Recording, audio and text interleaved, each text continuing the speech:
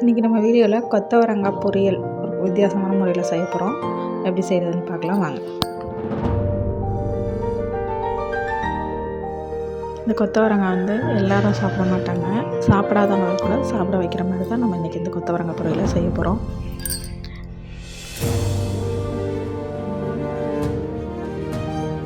இந்த மாதிரி கொத்தவரங்காய் பொரியல் செஞ்சோம் அப்படின்னா குழந்தைங்க கூட நல்லா விரும்பி சாப்பிடுவாங்க.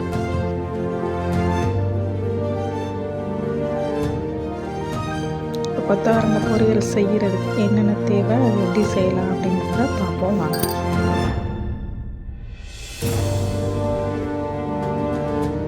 ஃபஸ்ட்டு இந்த கொத்தவரங்காய் பொரியலுக்கு வேக வைக்கிறதுக்கு தனியாக, தாளிக்கிறதுக்கு தனியாக, அப்புறம் அரைக்கிறதுக்கு தனியான 3 வகையாக நம்ம பிரித்து பார்க்க போகிறோம். என்னென்னு பார்க்கலாம் வாங்க.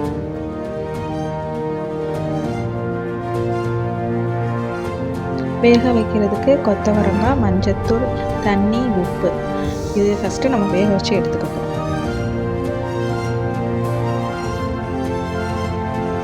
அடுத்து அரைக்கிறதுக்கு துருவிய தேங்காய், மிளகாய்த்தூள், பெருங்காயத்தூள், ஜீரகம்.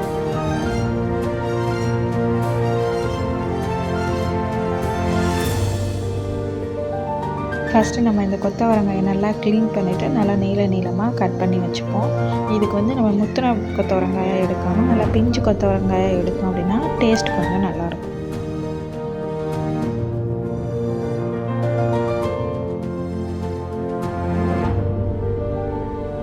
நெக்ஸ்ட்டு நம்ம கட் பண்ணி க்ளீன் பண்ணி வச்சுருக்கோம் இல்லையா கொத்தவரங்காய், அதை முங்குற அளவுக்கு நல்லா ஒரு பாத்திரத்தில் தண்ணி ஊற்றி அதில் மஞ்சத்தூள், உப்பு போட்டு நல்லா தண்ணி கொதி வர்ற அளவுக்கு நல்லா வேக வைக்கணும்.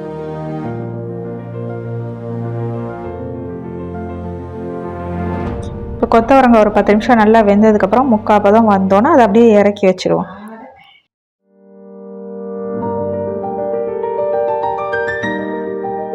இப்போ நம்ம கொத்தவரங்காயை தாளிக்கிறதுக்கு கடுகுலேருந்து கடலைப்பருப்பு, கருவேப்பிலை, கொத்தமல்லி, சின்ன வெங்காயம் கொஞ்சம் நறுக்கி வச்சுருக்கோம்.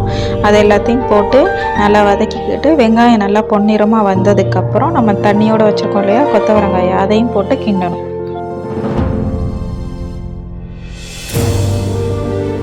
இப்போ கொத்தவரங்காய் ஆல்ரெடி வெந்துருச்சு அப்படின்றனால ஒரு 2 நிமிஷம் மட்டும் அதை வேக வச்சா போதும். இப்போ அது வெந்துட்டு இருக்கிறதுக்குள்ள நம்ம அரைக்கிறதுக்கு எடுத்து வச்சுருக்க தேங்காய், பெருங்காயத்தூள், சீரகம், மிளகாத்தூள் இதெல்லாம் ஒரு மிக்சி ஜாரில் போட்டு நல்லா பொடி மாதிரி அரைச்சிக்கிட்டு அதை இப்போ நம்ம வெந்துட்டு இருக்க கொத்தவரங்காயோடு சேர்த்து கிளறணும்.